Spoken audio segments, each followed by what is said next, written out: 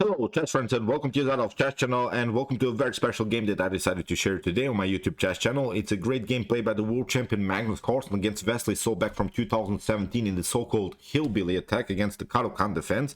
Yesterday we have seen a great game played by Lila C0 against the Hillbilly Attack, in which Lila C0 really destroyed another top engine in series, and I was wondering after that game, is there maybe a top grandmaster game in the Hillbilly Attack, because the Hillbilly Attack is not a very popular line. It's not a very often played method against the Caro Kann Defense, and still in my opinion it's a very risky choice. You should basically try to avoid it to play as white. There are better ways to play against the Caro Kann Defense, but still you see the world champion is playing it, and I was wondering, as I said, I searched yesterday for some great games and I found this great game. Really wild stuff. What was happening here, Magnus Carlsen dared to play the Hillbilly Attack against such a great player like Wesley So. So let's check out what has happened. Really great game. So here e4 played by the world champion Magnus Carlsen. We have c6 by Wesley So. We have bishop to c4, already the Hillbilly Attack. So d5 here played by Wesley So, and in the game played by Ethereal and Lila c0, Ethereal took here e takes d5, c takes d5. I'll show you of course the link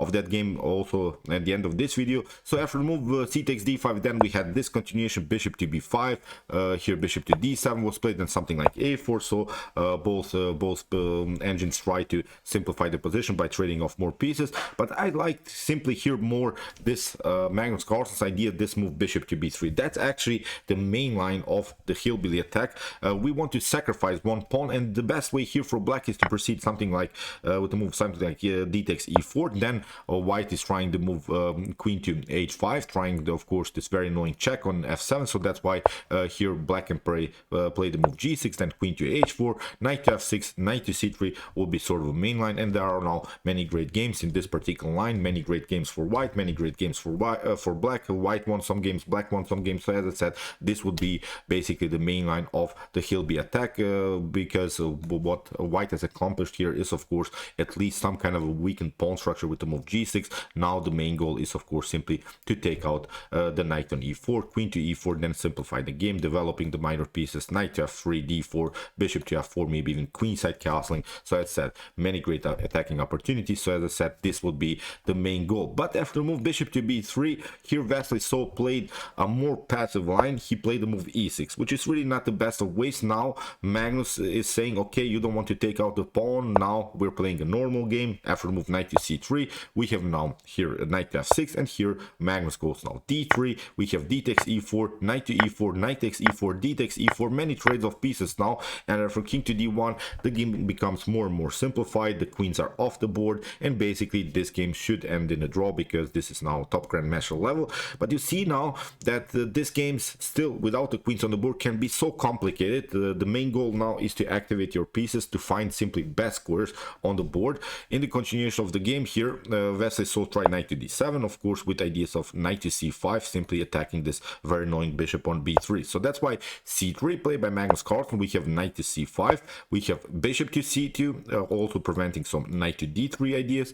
In the continuation now a5. A5 is very important because it prevents at least this b4 move. At least if white plays now b4, then a takes b4, then maybe c takes b4, but still we have sort of weakened pawn structure also on the queen side. So in the continuation, Magnus develops, of course, normally knight to f3. We have b6 by Wesley So, bishop to e3, and now Wesley So of course searches for the best squares for the minor pieces, bishop to a6, normal idea here by Wesley So. So knight to e5, Magnus attacks now the weak c6 pawn. That's actually the main weakness. Rook to d8 here doesn't bring you so much, because white will simply play king to c1. Then again, you have to play rook to c8 in order to defend your pawn on c6, and now it's white that basically can occupy the only open file on the board, of course, the d file. So here in the continuation, after the move knight to e5, Wesley So played rook to c8. Magnus plays now this risky move b4. If now a takes b4 happens, this wasn't played in the game, of course c takes b4, knight to d7. The problem is this one, even if white takes now knight takes d7, king to d7, you cannot take here the pawn on b6, because you get also this idea bishop takes b4. So this game again I think should probably end in a draw. So here after move knight to e5, as said, rook to c8, now Magnus b4, knight to d7, played by Wesley So. So he didn't want to take now first the pawn on b4. In the continuation, Magnus tries now knight takes d7, king to d7, and now b takes a5. We have b takes a5, and again the pawn structure is symmetrical. We see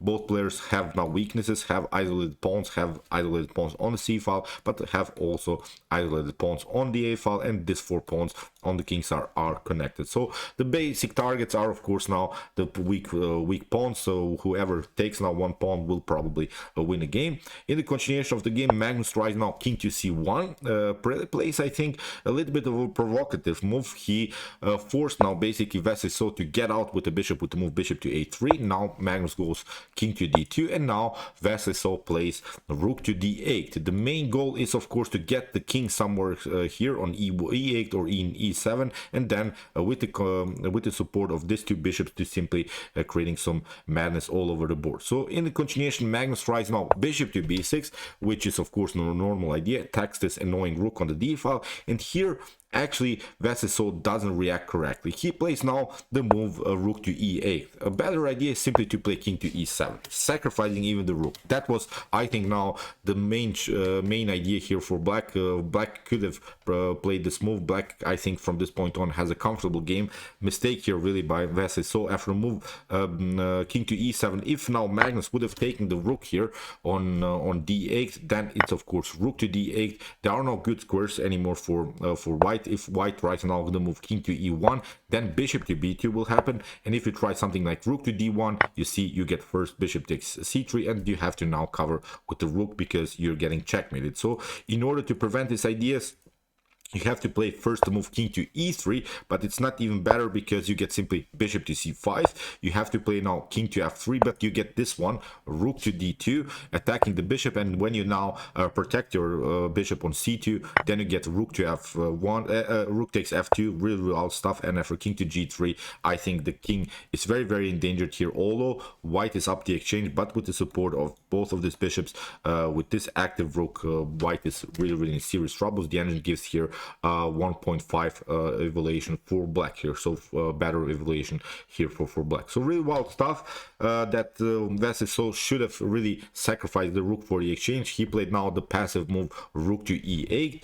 In the continuation of the game, Magnus now occupies of course the d file. We have rook to b6, and now Magnus plays rook to b1, although probably the better way is simply to take out the pawn. Then black has to play something like king to e7, then maybe rook to b1, attacking the rook on b8, supporting of course the attack here on the b file. White is up a whole pawn, so this would be of course a comfortable continuation here for Magnus Carlsen. But okay, he played rook from a to b1. In the continuation, bishop to c4 played by Vasily So, and now Magnus takes. We have bishop takes a5. Here rook takes b1, and now here a counterattack by Vasily So. We have rook to b7 played by Magnus. Great counterattack. He calculated now this tactics very, very good here. After move king to c8, Magnus plays first to check.